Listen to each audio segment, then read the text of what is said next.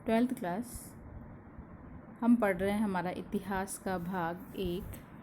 इस इतिहास के भाग में 1 में हम विषय 3 पढ़ रहे हैं, बंधुत्व, जाति और वर्ग।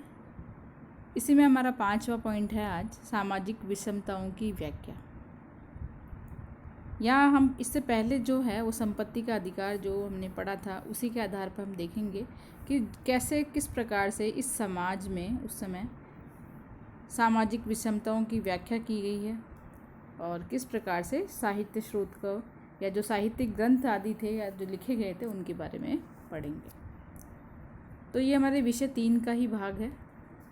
बौद्धों ने समाज में जो फैली विषमताएं थी उनके संदर्भ में अलग अलग अवधारणाएं बताई, साथ में समाज में फैले अंतर विरोधों को नियमित करने के लिए जिन संस्थानों की आवश्यकता थी, यानी संस्थान का मतलब कोई केंद्र या संस्था, उसकी आवश्यकता थी, उस पर दृष्टिकोण रखा। ये किसने किया था कार्य? बौद्ध लोगों ने अपने विचार प्रस्तुत किए समाज में फैली हुई विषमताओं के लिए और कुछ संस्थाओं के बारे में बताया।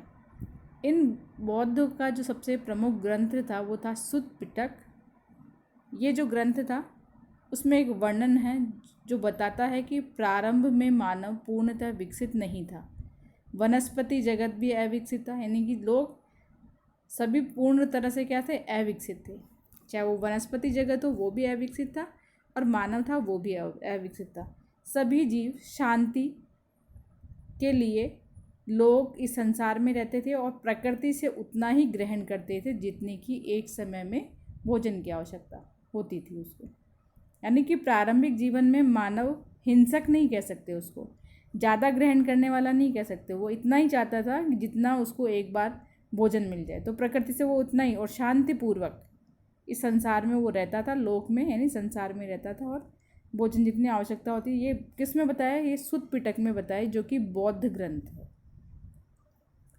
किंतु यह व्यवस्था धीरे धीरे पतनशील हो गई, यानी कि लोग जो मनुष्य वो लालची हो गया, हिंसक हो गया, कपटी हो गया, तो उसके मन में अनेक प्रकार के विचार आने लगे और वो क्या क्या संग्रहण कर सकता है उसके लिए सोचने लगा। अब यहाँ जो विचार आए तो उसमें ये बताया गया है कि क्या हम ऐसे मनुष्य का चयन करें जो जिसको हम क्रोध कर सके, प्रताड़ना की जानी चाहिए, उसे प्रताड़ित करें, जिसे निष्कासित किया जाना चाहिए उसे निष्कासित करें, बदले में हम चावल का अंश देंगे। सब लोगों के द्वारा चुने जाने के कारण उसे महासम्मत की उपाधि प्राप्त होगी, यानी कि एक ऐसा व्यक्ति जो ऐसा कार्य कर सकता है, किसी को निकाल सकता है, दंड दे सकता है, प्रताड़ना दे सकता है, तो उसको क्या उपाधि दी गई? महासम्मत की उपाधि दी गई, यानी एक अधिकारी के रूप में। और इस प्रकार से जो राजा था, राजा का जो पद था वो लोगों द्वारा चुने जाने पर निर्भर करता था। कर वह मूल्य था जो राजा के द्वारा राजा की जो सेवा के बदले में उसे देते थे। और इस प्रकार से मिथक था, यानी कि एक तरह से फैली हुई बात इस बात को दर्शाता है कि आर्थिक और जो सामाजिक संबंध थे उसमें मानवीय कर्म का बड़ा हाथ था, यानी कि मानव जो काम करेगा उसके आधार पर ही क्या बने हुए थे? आर्थिक और सामाजिक संबंध बने हुए थे। ये उदाहरण के रूप में बताया गया है कि यदि मनुष्य स्वयं एक प्रणाली को बनाए रखने के लिए जिम्मेदार है तो भविष्य में वो परिवर्तन भी ला सकता है। यहाँ 3 चीज़ें बताई गई है इस पैराग्राफ में, अगर आप ध्यान से इसको देखें। सबसे पहले सुत्त पिटक जो ग्रंथ है उसके बारे में बताया गया, जो कि बौद्ध ग्रंथ है, और इसमें जो बताया गया है कि पहले शांतिपूर्वक जीवन जीता था और एक समय में जितनी आवश्यकता होती थी उतना प्रकृति से लेता था। दूसरी बात बताई, धीरे धीरे पतन की ओर चली गई व्यवस्था, और इस स्थिति के विचार किया गया कि कौन ऐसा मनुष्य होगा, तो उसको एक उपाधि दी गई महासम्मत की। ये बौद्ध काल में ही चलती थी ये उपाधि, जो प्रताड़ित भी करता था, निष्कासित भी करता था, ऐसे लोगों को वो चुन सकता था, उसको अधिकार था। फिर तीसरी चीज़ बताई गई कि राजा का जो पद है वो लोग ही चुनते थे उसको, लेकिन राजा को कर देना पड़ता था, क्योंकि राजा जो उनको संपत्ति या जो आसपास की जो भूमि दे रहा है, खाने की, पीने की, रहने की जगह दे रहा है, उसके रूप में उन्हें कर देना पड़ता। तो ये इस प्रकार की जो समाज में जो फैली हुई थी, तो एक तरह से ये सामाजिक अनुबंधन था कि आपको समाज में रहना है, आपका जो राजा है उस राजा की सेवा करनी है और बदले में आपको क्या देना है? कर देना है, इस तरह से। तो ये था हमारा सामाजिक व्यवस्था में सामाजिक अनुबंधन। अब आगे देखें हम तो साहित्यिक स्रोतों का इस्तेमाल भी किया गया। अब हम जानते हैं इसमें कि इतिहासकार अलग अलग हमारे साहित्य जो ग्रंथ हैं उनके बारे में बताते हैं। इतिहासकारों ने अलग अलग समय में बताया, जैसे इसमें इतिहासकार और महाभारत दो चीज़ों का उल्लेख किया गया। यदि आप अध्याय में देखें तो जितने भी स्रोत हैं तो आप उनको ध्यान से देखेंगे तो ग्रंथ विश्लेषण करने से अनेक प्रकार की हमें जानकारी प्राप्त होती है कि कौन सा ग्रंथ किस भाषा में लिखा गया है, ये भी जानकारी प्राप्त होती है। उस समय अधिकतर भाषा कैसी थी? पाली भाषा थी, प्राकृत भाषा थी, तमिल भाषा थी और आम लोगों द्वारा बोली जाने वाली भाषाएं थी। ये 3 भाषाएं तो।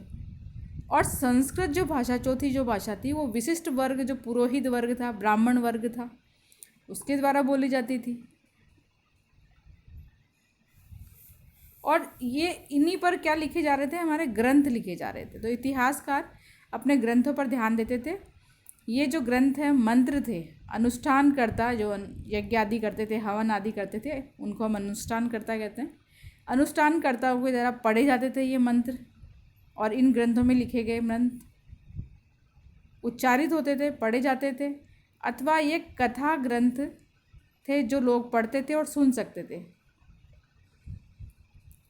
और ये थोड़े दिलचस्प भी थे, इंटरेस्टिंग भी थे, तो एक बार सुनकर दोबारा भी उनको पढ़ सकते थे। इसके अलावा की बात करें इन साहित्यिक ग्रंथों की, तो इतिहासकार लेखक के बारे में जानने का प्रयास किया जाता था कि लेखक ने क्या विचार लिखे हैं, क्या दृष्टिकोण है उसका। इन ग्रंथों के श्रोताओं को इतिहासकार परीक्षण करते थे, यानी जो सुनने वाले जो हैं, पढ़ने वाले जो पाठक हैं और सुनने वाले श्रोता हैं, तो इतिहासकार क्या कर रहा है? उनका परीक्षण कर रहा है कि उन पर क्या प्रभाव पड़ रहा है।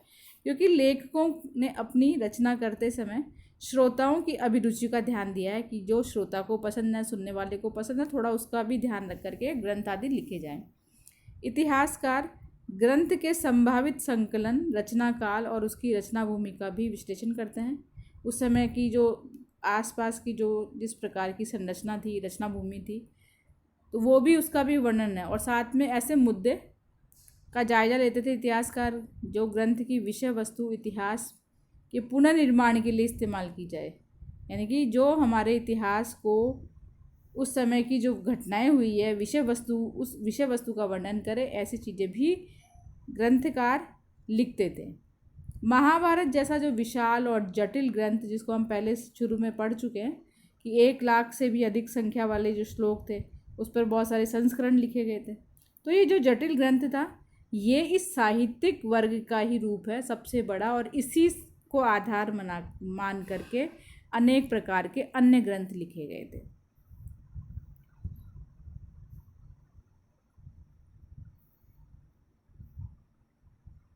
Thank you.